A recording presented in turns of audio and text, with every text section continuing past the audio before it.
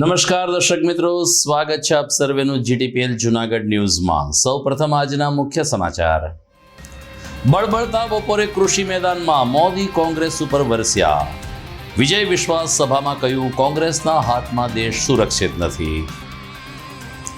ગિરનાર અને સંતોના દર્શન કરવાનો મોકો મળ્યો છે, જે અમારું સદભાગ્ય છે।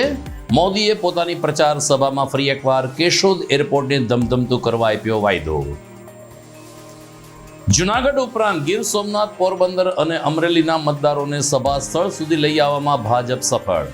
મોદીને સાંભળવા લોકોએ બતાવ્યો ઉત્સાહ। અને જીટીપીએલ જૂનાગઢ ન્યૂઝ ચેનલનો વધુ એક પડઘો। વાળંદ સોસાયટીના રહીશોની વેદના રજૂ કર્યા બાદ મહાપાલિકાને મામલતદાર તંત્ર દોડ્યું, વોકળાની સફાઈ શરૂ કરી। આ તમામ સમાચાર આપણે વિસ્તારથી જોઈએ તે પહેલા લઈએ એક બ્રેક।